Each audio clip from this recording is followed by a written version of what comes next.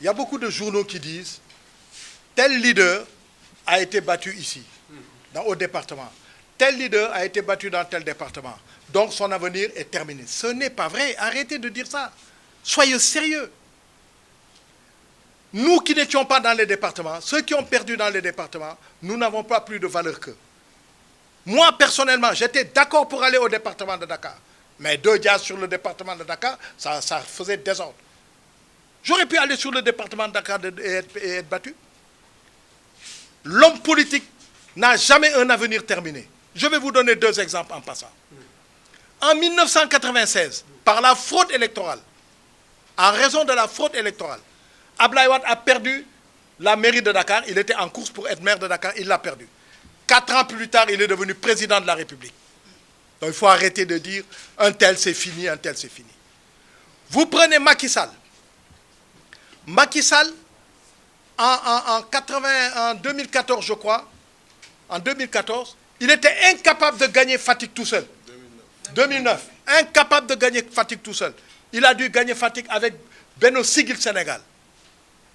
Mais 6 ans plus tard, 3 ans plus tard, il est devenu président de la République. Alors arrêtez de dire un tel a été battu. Et ceux parmi nous qui seront élus à l'Assemblée nationale, que ce soit sur Dakar, je le souhaite, que ce soit sur la liste nationale, n'ont pas plus de mérite que d'autres qui n'ont pas gagné. Et d'ailleurs, je pense qu'à l'avenir, il va falloir que les grands leaders ne soient pas candidats dans les législatives et qu'on laisse la place aux jeunes et qu'on se mette derrière eux et qu'on les pousse. C'est mon point de vue. Maintenant, la dévaluation. Ça a commencé avec l'Afrique centrale. Vous savez que tous les pays francophones qui appartiennent au CFA et qui sont dans l'Afrique centrale ont du pétrole. C'est tous des pétroliers, sauf la République centrafricaine. Le pétrole est tombé à peu près de 100 jusqu'à 30. C'est la proportion. Donc, leurs revenus ont baissé. Mais quand leurs revenus ont baissé, ils ont continué le standing. Et quand il n'y avait plus d'argent, ils ont tiré sur les réserves de la Banque centrale. Ils ont tiré exagérément sur les réserves de la Banque centrale. Au point que, il y a quelques mois, peut-être 6 mois à peu près, ou 9 mois maximum, une réunion s'est tenue à Yaoundé, en présence de Mme Christine Lagarde, directeur général du FMI, en présence de M. Sapin, ministre des Finances de la France. On leur a dit, ou bien c'est des restrictions, ou bien c'est la dévaluation. Ils se sont engagés à vraiment restructurer, etc., gérer mieux. Ils n'ont pas pu, parce que les habitudes. Et c'est ce qui explique que dès que Macron a été président, il a reçu immédiatement et Ouattara et Macky. Ce sont les 2 locomotives de l'Afrique de l'Ouest, du CFA Afrique de l'Ouest, BCAO. Et le problème de la dévaluation a été mis sur la table. Ce ne sont pas des élucubrations. Hein. Moi, j'ai été membre du conseil des ministres de l'UMOA, je siégeais à la Banque centrale et j'ai été membre du conseil des ministres de la zone franc. Donc je vous parle en connaissance de cause. Et j'ai encore des relations dans certains milieux français. Ce sont ces milieux-là qui me l'ont rapporté au mois de juin quand j'étais à Paris. Ils ont dit que des discussions ont eu lieu. D'ailleurs, même si vous voyez, quand Macky a été reçu, il était dans un jardin. C'est autour d'une table de jardin. On n'a jamais reçu le président du Sénégal de cette façon-là.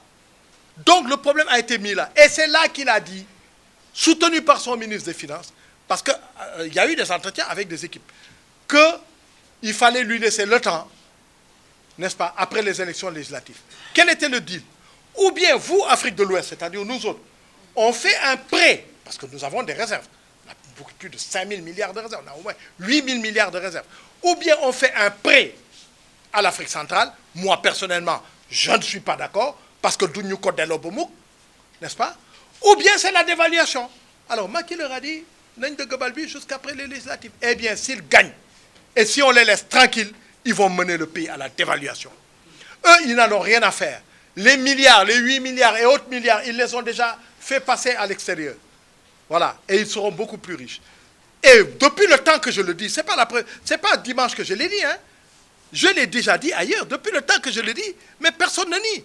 Alors, il y a au Sénégal maintenant des forces d'argent qui sont derrière Amadouba et qui poussent à ça, qui veulent coûte que coûte qu'il gagne pour rester ministre des Finances ou même Premier ministre. Parce que John va quitter